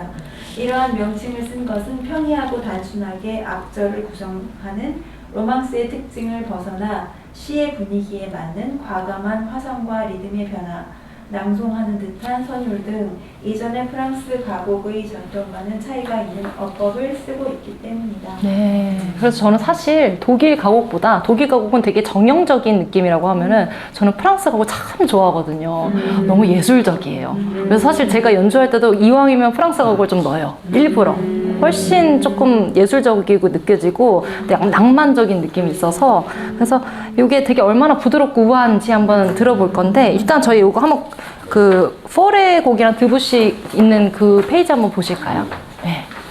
그래서 여기 포레는 아프레송 레브라고 꿈을 꾼 후에, 그래서 이게 시인 로맨 뷔신느 작품에 붙인 곡인데요. 이분이 1845년에 태어나셔서 1924년 대략 되게 길게 계셨다가 가셨죠. 거의 한 79세까지 사셨으니까. 서정음악이 거장이세요. 1845년부터 1924년. 이분이, 저는 이분 곡을 참 좋아해요. 포레 곡을. 그래서 나중에 이제 포레 관심 있으시면 이제 포레에 이제 그 연주하시는 이제 성악가분들이 많기 때문에 이렇게 알고리즘 타고 한번 들어보시면 왜 좋아하는지는 알겠다. 참 예술적이에요. 그래서 요게 이렇게 어떤 허망한 사랑의 아픔, 요 이제 꿈을 꾼 후에 요 곡이 그 허망한 사랑의 아픔과 신기루 같은 그런 행복을 느낀다. 그런 걸 표현한 건데, 마치 꿈속에서만 나타나고 현실에서는 이룰 수 없는 사랑을 표현하는 그런 시예요. 그래서 한번 읽어볼까요, 여기 시를. 그대 모습으로 매혹된 잠속에서 나는 불타는 환영과 행복을 꿈꾸었소. 그대 눈은 더욱 사랑스러웠고 그대 목소리는 맑고 낭랑하였소. 그대는 밝아오는 여명의 하늘처럼 빛났고 그대는 나를 불러 나는 그대와 함께 빛을 향해 달려가기 위해 세상을 떠났소. 하늘은 우리를 위하여 그들의 구름을 열었고 미지의 장관, 신성한 빛의 섬광을 열었소. 꿈에서 깨버린 슬픔이여, 오 밤이여, 나는 그대를 부르오. 그대의 환영을 나에게 돌려주오. 돌아와요, 돌아와요, 빛나는 밤이. 노래 안 들어도 될 것 같은데. 너무 좋은데. 한 번만 더. 너무 좋은데.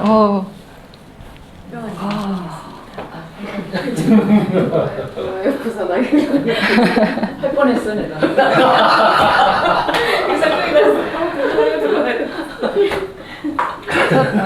디아나 담나고 독일 소프라노.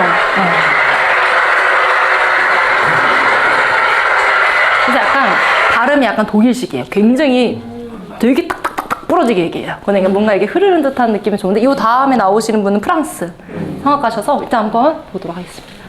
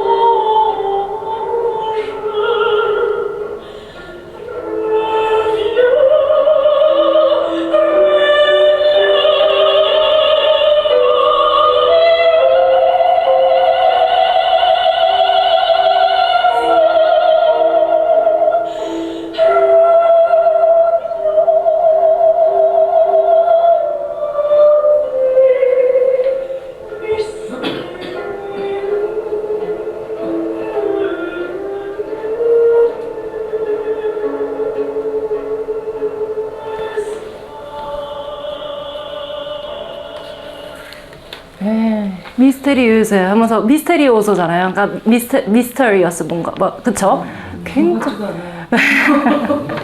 그러니까 이게 이 포레의 작품이 대체적으로 이런 느낌이에요. 그러니까 뭔가 이게 쿵짝짝 쿵짝짝 해서 거기에 있는 모노디틱한 그런 느낌이 아니고 같이 흐르죠. 그냥 물같이 이렇게 흐르는 느낌이죠. 저는 이걸 참 좋아하거든요. 개인적인 취향. 네. 그래서 이 포레가 굉장히, 그러니까 작곡가로서 서정적인 거에 이제 그 가곡을 붙인 그런 대가이기도 하지만 이 사람이 남긴 명언이 있어요. 그 왜 저희 악보를 보면 악보에 뭐 우리 처음에 성악 그 용어 이제 말씀드렸을 때 데크레셴도 뭐 크레셴도 뭐 포르테 뭐 피아노 뭐 이런 거 이제 말씀드렸을 때 그런 어떤 다이내믹한 구조 혹은 뭐 샘열이 뭐 박자 뭐 이런 아티큘레이션 중에 뭐 그런 것 요소들. 근데 포레가 뭔 얘기를 했냐면 작곡가가 그 이렇게 막 적어놓지 않았냐. 근데 이거는 진짜 음악 모르는 사람이 팁 얻어가라고 적어놓은 거지. 진짜 음악가들은 나만의 스타일로 만들 수 있어야 된다. 이런 명언을. 그래서 나만 열심히 지켰네. 나는 죽도록 팠는데 이거를 여기에다 넣어놓은 건 이유가 있을 거야. 그래서 저는 무조건 존중했는데 그거는 음악 초보들, 뭐 그거는 이제 그분의 어떤 그 철학적인 그런 관점이니까. 예, 그래서 저는 이 곡은 본인의 곡은 그렇게 해도 되겠다. 약간 자유로움 얻었죠. 이분의 그런 명언으로 인해서. 그래서 이어서 저희 드뷔시 곡 마지막으로 듣고 이제 가는데요. 이거 한번 읽어볼까? 이거는 별이 빛나는 밤이라는 제목으로 누이데 토알레 이건데 시인 데오도르 드 방빌이라는 시인의 작품에 곡을 붙인 멜로디 작품이거든요. 그래서 이거 한번 읽어볼까요? 가사. 네. 별이 빛나는 밤에 당신의 베일 안에서 당신의 향기와 산들바람 안에서 슬픈 미라 소리가 한숨 짓는다. 나는 사라져버린 사랑을 꿈꾼다. 나는 사라져버린 사랑을 꿈꾼다. 잔잔한 우울함이 몰려와 내 가슴 깊숙이 깨어난 그리고 들린다. 내가 사랑하는 님의 영혼이 꿈속의 숲에서 떠는 것이. 별이 빛나는 밤에 당신의 베일 안에서 당신의 향기와 산들바람 안에서 슬픈 미라 소리가 한숨 짓는다. 나는 사라져버린 사랑을 꿈꾼다. 나는 우리의 샘에서 다시 본다. 당신의 푸른 눈이 하늘 같다. 그 장미 너의 숨결 그리고 그 별 너의 눈이다. 네, 죄송합니다. 오타가 있었네요. 하늘 같다. 네, 그리고 별이 빛나는 밤에가 한 번 더 반복이 되는데 생략해버렸거든요. 똑같은 게 3번 들어가긴 하는데, 이게 이제 여백이 없어서 제가 하나 뺐는데, 한번.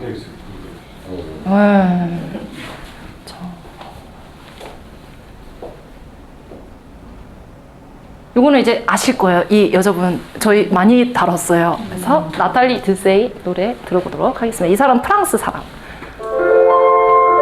기억나실까요?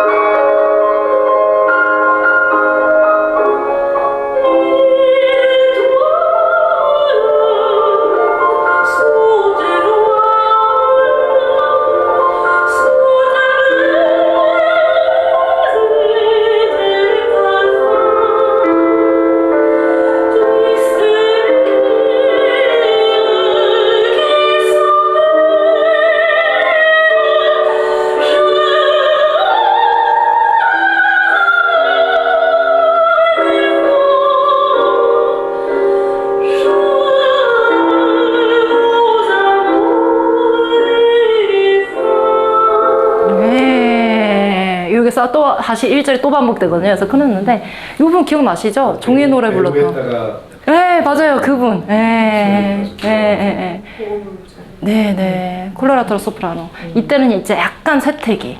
약간 이제 목이 좀 안 좋으시죠? 근데 뭐 그래도 꿋꿋이 지금까지 열심히 활동하고 계세요. 네. 아무튼 오늘은 여기까지 하고요. 저희 다음 시간에 이탈리아 가곡, 그리고 러시아 가곡, 뭐 이제 북유럽 쪽 가곡 좀 살펴보고 가능하면 한국 가곡도 좀 보다가 저희 실습으로 넘어가도록 하겠습니다. 실습인가요? 지금 정해야 될까요? 아니 제가 곡을 보내드릴게요. 미리 해서 들어보시고 이 곡이면 좋겠다 하면 투표해 주시면 되세요. 알겠습니다. 촬영 종례. 감사합니다.